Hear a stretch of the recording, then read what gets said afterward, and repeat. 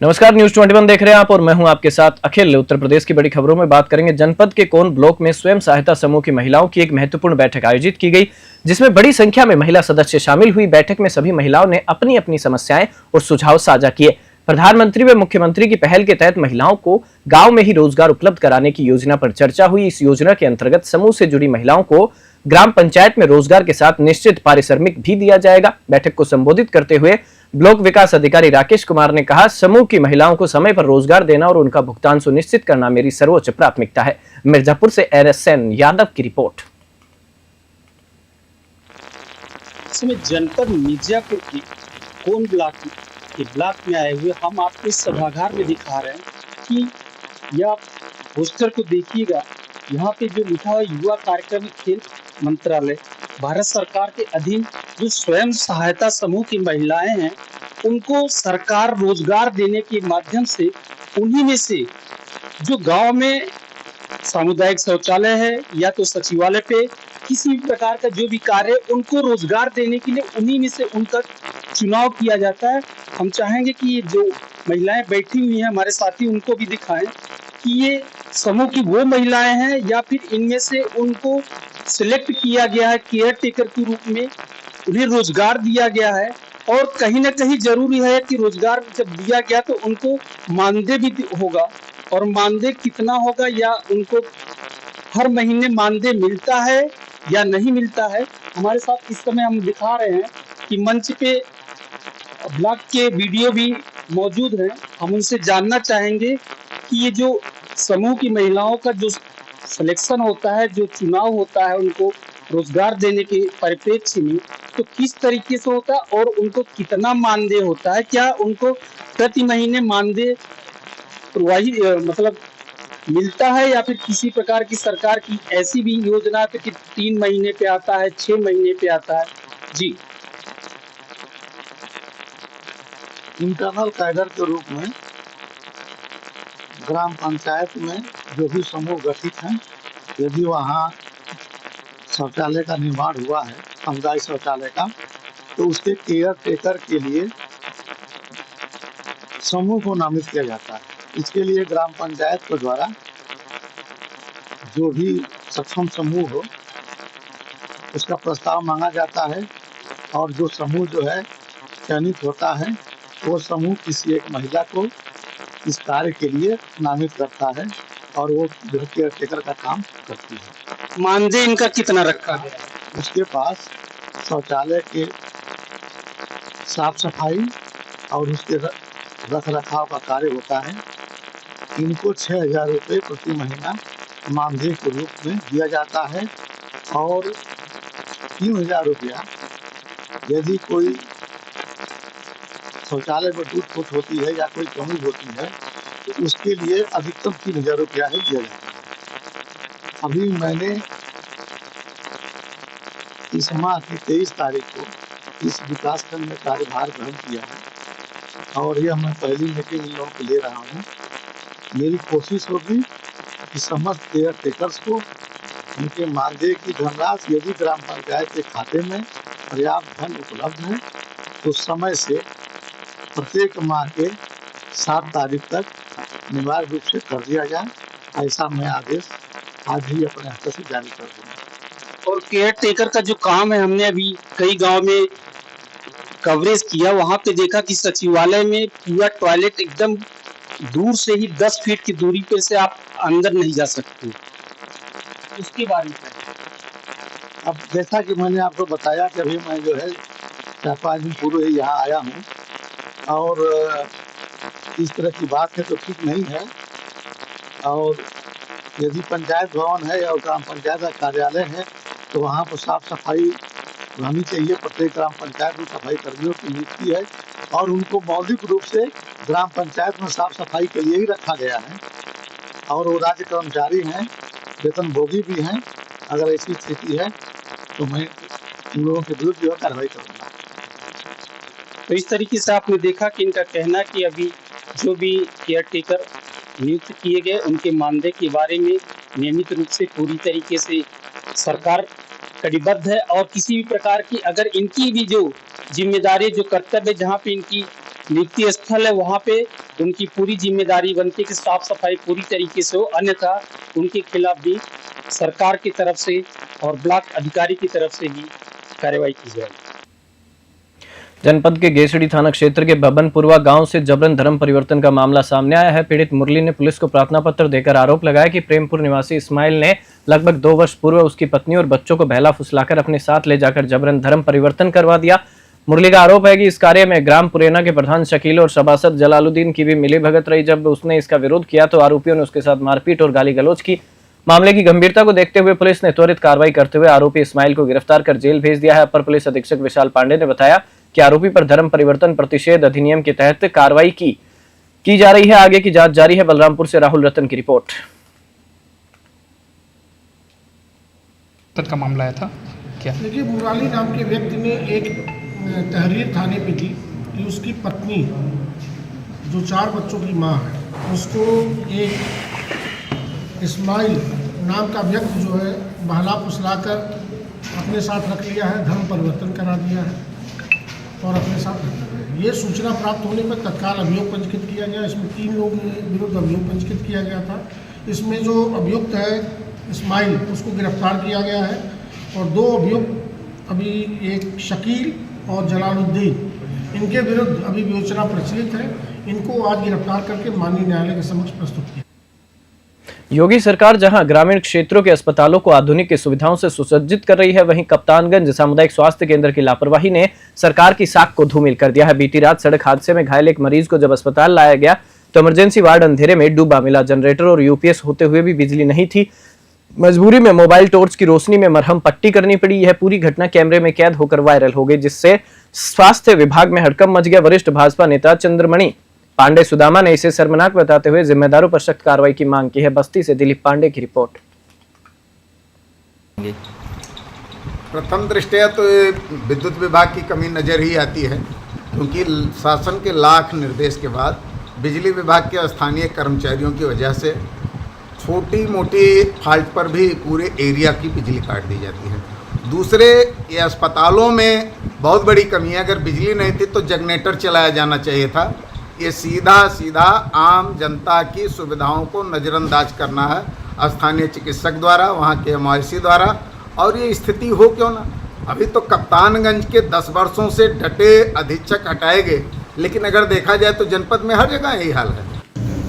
प्रकरण संज्ञान में आया है और इस विषय में मुख्य चिकित्सा अधिकारी को वरिष्ठ मेडिकल ऑफिसर से परीक्षण कराने के लिए निर्देश दिए गए हैं। एक तो यदि इसमें किसी का दोष है तो उसका दोष निर्धारित भी करेंगे और साथ ही यह देखेंगे कि किस प्रकार से इसका प्रबंधन किया जाए कि इस प्रकार की घटना की पुनरावृत्ति ना हो। प्रदेश में मुख्यमंत्री और स्वास्थ्य मंत्री ब्रजेश पाठक जी हवाई दावा कर रहे हैं। वहीं आज एक वीडियो में देखने को मिला है कि हमारे जिले बस्ती में कप्तानगंज सीएचसी पर जब कल रात 11 बजे लगभग एक व्यक्ति का एक्सीडेंट हो जाता है और उस व्यक्ति को दवा के लिए लोग सीएचसी कप्तानगंज ले जाते हैं, जहां पर डॉक्टरों द्वारा अंधेरे में टार्च की रोशनी पर उस व्यक्ति का टाका लगाया जाता है। यदि कहीं किसी प्रकार की थोड़ी सी चूक हो जाए तो व्यक्ति की जान जा सकती है, उसके आंख को नुकसान पहुंच सकता है। सावन माह के पावन अवसर पर खुर्जा में भगवान भोलेनाथ की भव्य शोभा यात्रा निकाली गई। शोभा यात्रा की शुरुआत भृगु सदन से हुई, जो जेवर अड्डा, गांधी रोड और कबाड़ी बाजार चौराहे से होते हुए दानगंज पहुंची। यात्रा में बाहर से बुलाए गए बैंड और आकर्षक झांकियों ने माहौल को भक्तिमय बना दिया। हजारों की संख्या में श्रद्धालुओं ने शोभा यात्रा में हिस्सा लिया और शिव झांकियों के दर्शन किए। पूरे मार्ग में हर हर महादेव के जयकारे गूंजते रहे। नगरवासियों ने फूलों की वर्षा कर यात्रा का स्वागत किया। शोभा यात्रा को लेकर स्थानीय प्रशासन और आयोजकों ने बेहतरीन प्रबंध किए। बुलंदशहर से सचिन पांडे की रिपोर्ट।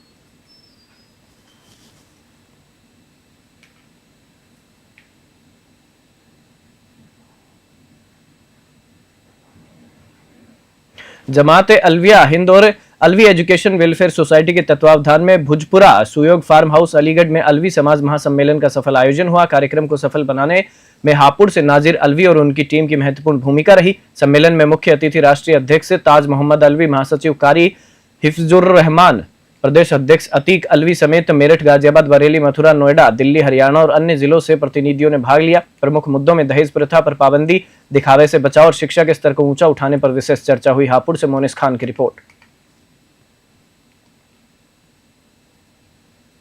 थाना सिंबावली क्षेत्र के गांव माधापुर में चोरों का आतंक लगातार बढ़ता जा रहा है। हाल ही में 4 घरों में चोरी की घटनाएं सामने आई थी और अब एक बार फिर एक घर को चोरों ने निशाना बनाया है। ताजा घटना में चोरों ने घर में घुसकर तांडव मचाया और कीमती सामान लेकर फरार हो गया। लगातार हो रही चोरी की घटनाओं से ग्रामीणों में भय का माहौल है। पीड़ित परिवारों ने पुलिस से त्वरित कार्रवाई और न्याय की गुहार लगाई है। गांव वासियों का कहना है कि पुलिस की लापरवाही से चोरों के हौसले बुलंद हो रहे हैं। ग्रामीणों ने मांग की है कि गश्त बढ़ाई जाए और दोषियों को जल्द गिरफ्तार किया जाए। हापुड़ से मोनिस खान की रिपोर्ट। श्रीमद् भगवत गीता वैदिक न्यास द्वारा देश भर में गीता प्रचार प्रसार के लिए बीते 3 वर्षों से कई सार्थक प्रयास किए जा रहे हैं। 2022 में अमृत महोत्सव पर 75 स्थानों पर गीता सत्र हुए तो 2023 में 2 लाख लघु गीता पुस्तिकाएं वितरित की गई। जेलों, नशा मुक्ति केंद्रों व थानों में संवाद सत्रों का आयोजन हुआ। 2024 में संस्था ने 2250 किलोमीटर की लंबी गीता रथ यात्रा निकाली जो युवाओं, शिक्षकों और आमजन तक पहुंची। वहीं अब 2025 में timeless principle for effective life management विषय पर अंतर्राष्ट्रीय सम्मेलन की तैयारी है जिसमें देश विदेश से 175 प्रतिनिधि भाग लेंगे। संस्था के अध्यक्ष डॉक्टर ओमेश पारासर ने कहा कि गीता को जीवन प्रबंधन का मार्गदर्शन बनाना हमारा उद्देश्य है। कानपुर से विशाल सैनी की रिपोर्ट। आज की प्रेस कॉन्फ्रेंस में हम लोगों ने इसलिए की है क्योंकि आचार्य तुलसी के जन्मदिन है। मतलब वैसे तो पूरे घर में हमारे हिंदू धर्म में तो उनको भगवान का ही, ईश्वर का ही वो माना जाता है। तो उनकी परसों जयंती है। उस जयंती पे हमारे जो आचार्य सुधीर जी हैं और पालीवाल सर हैं तो ये एक संस्था चलाते हैं सनातन की।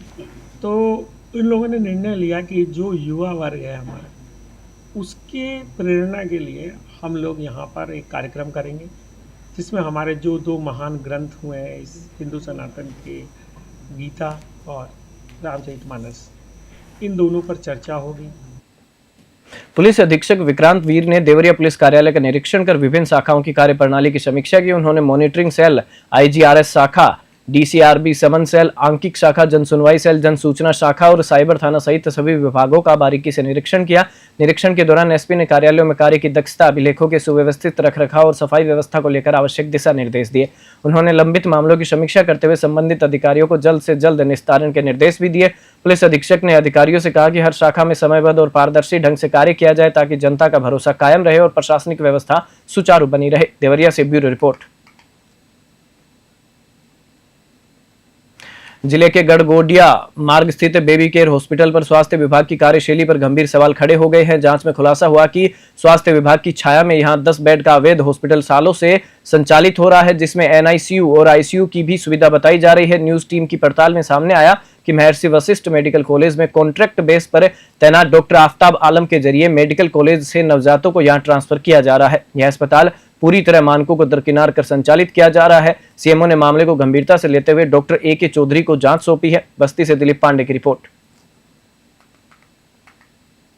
देखिए, रजिस्ट्रेशन है, ऑनलाइन पोर्टल पे भी अवेलेबल है। आप देख सकते हैं डॉक्यूमेंट सारे सबमिट हो गए हैं 10 दिन 15 दिन पहले ही सारे डॉक्यूमेंट, और किसी के फर्जी रजिस्ट्रेशन पे नहीं है। ये हमारे रजिस्ट्रेशन पे है और ये ऑनलाइन सब सारे पोर्टल पे अवेलेबल है। सब कुछ सबमिट कर दिया गया सीएमओ ऑफिस में। बेबी केयर सेंटर से रजिस्टर्ड है, आप पोर्टल पे अवेलेबल है। हाँ, कॉन्ट्रैक्ट पे हमारी पोस्टिंग पहली में है, हम वहाँ पहली में कॉन्ट्रैक्ट पे काम करते हैं। बात है, अगर ऐसा चला रहे हैं तो गलत है। और आपने मुझे संज्ञान में दिया है तो जो हमारे डॉक्टर ए.के. चौधरी जो इसके नोडल हैं झोला साहब और उसके, उनको जांच के लिए बोला जाएगा। एक जांच करके और जो भी कार्रवाई होगी उचित कार्रवाई। तो उनका भी कहना है कि उन्होंने अप्लाई कर दिया है ऑनलाइन, लेकिन अभी भी उनके यहाँ 10 बेड का हॉस्पिटल चल रहा है, आईसीयू एनआईसीयू चल रहा है। कहीं न कहीं फायर सेफ्टी की जो बात की जाती है वह भी मानकों पे नहीं है। ऐसे में सर किस तरीके से कार्रवाइयाँ हो रही हैं, क्योंकि जिले में ऐसे डॉक्टरों की भरमार है। नहीं, जिसकी सूचना मिलती है, हमें प्राप्त होती है, शिकायत प्राप्त होती है, उसको एक टीम बना करके डॉक्टर चौधरी के नेतृत्व में भेजा जाता है और जो भी होती है वो आवश्यक कार्रवाई। जनपद के रानीपुर थाना क्षेत्र में एक विवाहिता का शव उसके ससुराल में फांसी के फंदे से लटकता मिला। घटना की सूचना मिलते ही क्षेत्र में सनसनी फैल गई।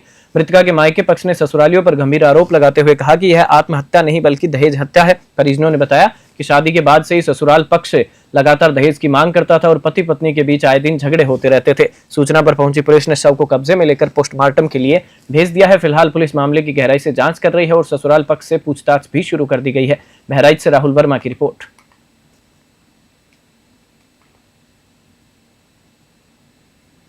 जनपद के मुर्तिया थाना क्षेत्र अंतर्गत गोरा पीपरा गांव में एक दर्दनाक हादसा सामने आया है। खेत से घर लौट रही एक किशोरी पर अचानक तेंदुए ने हमला कर दिया, जिससे वह गंभीर रूप से घायल हो गई। परिजनों ने आनन फानन में किशोरी को इलाज के लिए स्थानीय अस्पताल पहुंचाया, जहां से हालत नाजुक बताकर डॉक्टरों ने मेडिकल कॉलेज रेफर कर दिया। दुर्भाग्यवश रास्ते में ही उपचार के दौरान किशोरी की मृत्यु हो गई। घटना की जानकारी मिलते ही परिवार में कोहराम मच गया। सूचना पर पहुंची स्थानीय पुलिस ने शव को कब्जे में लेकर पोस्टमार्टम के लिए भेज दिया है। बहराइच से राहुल वर्मा की रिपोर्ट।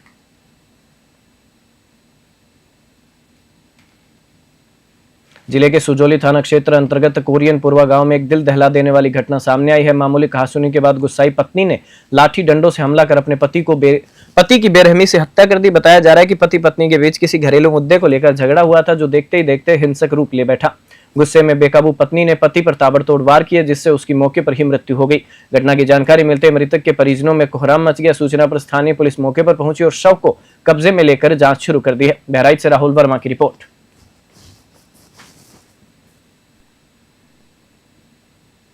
बुलेटिन में फिलहाल इतना ही। आप देखते रहिए News 21।